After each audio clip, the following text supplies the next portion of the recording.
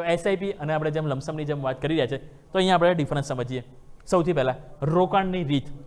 દર મહિને રોકાણ કરવા માંગતા હોય સિસ્ટમેટિક એ લોકો માટે એસઆઈપી બેસ્ટ છે.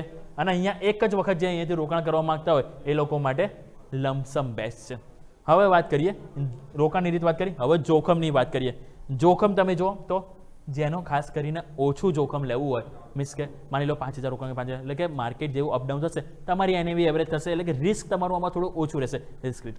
અને અહીંયા જોખમ જેને વધારે લેવા માંગતું હોય કે જ્યારે માર્કેટ કરેક્શન આવ્યું હોય લાગતું હોય કે હવે અહીંયાથી માર્કેટ સારી ઉપર આવશે એક સાથે તેઓ રોકાણ કરે છે, મીન્સ કે મોટી રકમ રોકાણ કરે છે એટલે જોખમ પણ તો વધારે રહે.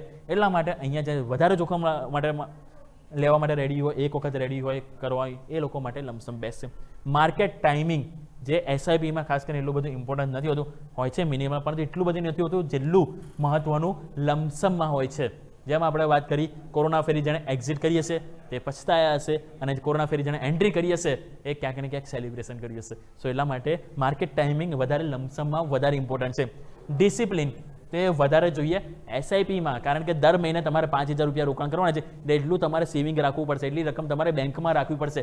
દર મહિને ઓટો ડેબિટ થશે, ઓટો ડેબિટમાં તો કટ થશે તો પછી બાઉન્સ બેકનો ચાર્જ પણ લાગશે. એટલા માટે અહીંયા તમારે ડિસિપ્લિન હોવી જરૂરી છે. સિસ્ટમેટિક તમારે કટતી હશે તમારે કોઈ યાદ રાખવાની જરૂર નથી, પરંતુ અહીંયા ડિસિપ્લિન ઓછી જોઈએ. કારણ કે એક વખત તમે રોકાણ કરી દીધું પછી કોઈ ચિંતા નહીં. તમે માની લો કે વિચાર્યું છે કે 10 વર્ષ સુધી પૈસા ઉપાડવા જ નથી તો તમે એકવાર રોકાણ કરી લો પછી ચિંતા જ નથી તમારે, એટલે કે કોઈ ડિસિપ્લિન મેન્ટેન કરવાની જરૂર નથી.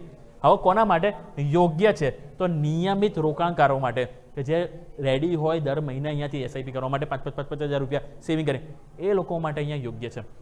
અહીંયા મોટી રકમ ધરાવતા લોકો માટે એ લમસમ યોગ્ય છે. સો જેને પાસે મોટી રકમ હોય તમે વાત કરી રાઈટ, જેમની ડિસિપ્લિન ઓછી હોય કે જેમને ખાસ કરીને માર્કેટ ટાઈમિંગનું મહત્વ હોય, જેમની પાસે ખાસ કરીને જોખમ લેવાની રિસ્ક લેવાની કેપેસિટી વધારે હોય, જ્યારે રોકાણ એક જ વખત કરવા માંગતા હોય એમના માટે લમસમ બેટર છે. અને જે દર મહિને રેડી કરવા માંગતા હોય ખાસ કરીને જોખમ ઓછું લેવા માંગતા હોય, માર્કેટ ટાઈમિંગ તેઓ કેચઅપ ના કરી શકતા હોય, સાથે ડિસિપ્લિન એમનામાં હોય રેગ્યુલર ઇન્કમ અને કોના માટે તો નિયમિત રોકાણ કરતા હોય એ લોકો માટે એસઆઈપી બેસ્ટ.